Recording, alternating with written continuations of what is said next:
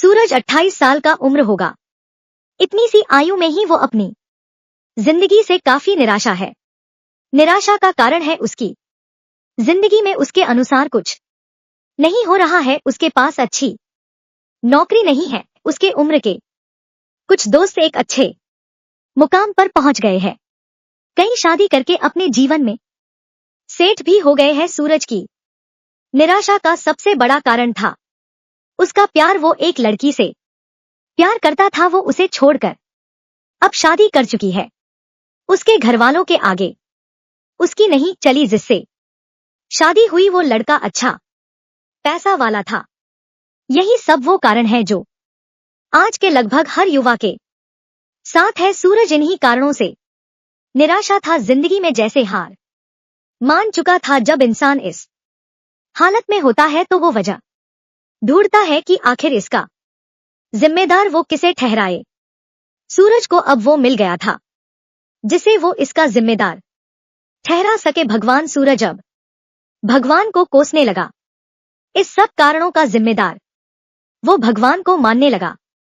सूरज और उसका परिवार पूजा पाठी लोग हैं। सूरज को लगा को इतने सालों के उनकी इस पूजा का उसे कुछ लाभ नहीं मिला। उसने किसी का बुरा नहीं किया, कभी कोई बुरी संगत में भी नहीं पड़ा। फिर भी उसके साथ आखिर यह क्यों हुआ? आज उसने जो चाहा उसे कुछ नहीं मिला, ना प्यार ना अच्छी नौकरी।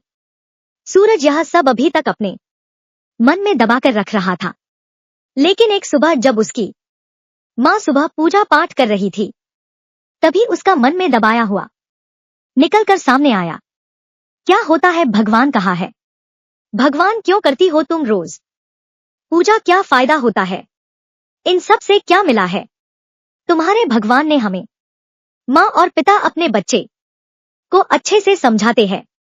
उन्हें पता था कि सूरज कुछ दिनों से परेशान है। अपनी इस परेशानी को कह भी नहीं पा रहा था। उसकी माँ और पिता ने उसे समझाया लेकिन उस समय उसे कुछ नहीं समझ आ रहा था।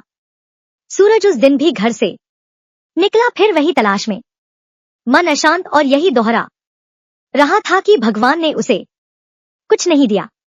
वो लोकल ट्रेन में चढ़ा। काफी भीड़ थी उस ट्रेन में। उसमें उसे पता नहीं था कि उसके सभी सवालों के जवाब उसे मिल जाएंगे। सूरज का मूड जरा भी था। वो अपनी ही बातों में उलझा हुआ था। तभी उसका ध्यान डिब्बे में चल रही बातों पर गया। एक बुजुर्ग करीब 65 साल के एक बच्ची के साथ उस डिब्बे में थे। बच्ची करीब 7 साल की है। बच्ची खिड़की पर बैठी आते जाते पेड़ देख रही है। अभी तक सूरज ने उस बच्ची का मुंह नहीं देखा है। अक्सर सफर में लोग अपने सुख दुख साझा करते हैं। उसके दादाजी बता रहे थे कि वो हर जगह उनकी सामर्थ्य के अनुसार उस बच्ची को ले गए। उनकी पोती बोल नहीं सकती, ना ही सुन सकती है। उसके माता पिता एक एक्सीडेंट में चल बसे हैं। उस बच्ची का उसके दादा दादी के अलावा और कोई नहीं है। सूरज यह खड़ा खड़ा सब सुन रहा है। बुजुर्ग दादाजी अपनी कहानी सुना रहे थे। डब्बे में बैठे और खड़ा हर व्यक्ति उनकी बात सुन रहा था। बच्ची का नाम परी थी। वो इन सब बातों को सुन नहीं पा रही थी। उसे तो बस खिड़की मिल गई। पास बैठी एक महिला ने उससे बात करना चाहा। उसके दादाजी ने उसे हाथ लगाया। परी ने अपना मुंह खिड़की से हटाकर अंदर डिब्बे की ओर किया। दादाजी ने उसे इशारे में कहा कि यह आपसे बात करना चाहती है। बच्ची ने हाथ जोड़कर नमस्ते किया और चेहरे पर हंसी लाई। उसके गाल पर एक डिंपल था। उसकी हंसी देखकर डिब्बे में कोई ऐसा नहीं होगा जिसके चेहरे पर मुस्कान नहीं आई हो। सूरज भी उनसे से एक था। दादाजी भी बड़े आशावादी थे और कह रहे थे कि ऊपर वाले की मर्जी के आगे किसी की नहीं चली है। बस हम तो केवल कोशिश ही कर सकते हैं। बातों बातों में बच्ची अपने दादा और दादी की नकल करके सबको बताने लगी।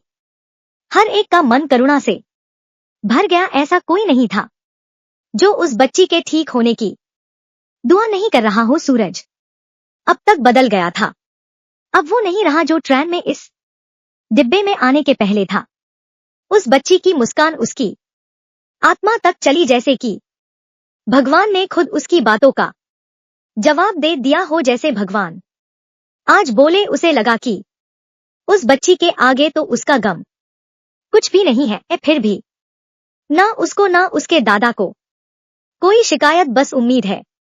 सूरज उस बच्ची से नजर नहीं हटा पा रहा था। जब वो बच्ची अपने स्टेशन पर उतर कर गई तब उसने उसकी तरफ फिर से मुस्कुराते हुए उसे बाय कहा। सूरज को अपने सारे सवालों का जवाब मिल गया था। अचानक से उसे लगने लगा कि उसके पास सब कुछ है। ऊपर वाले ने हमें यह खूबसूरत जीवन दिया है, हमें यह खूबसूरत दुनिया देखने का मौका दिया।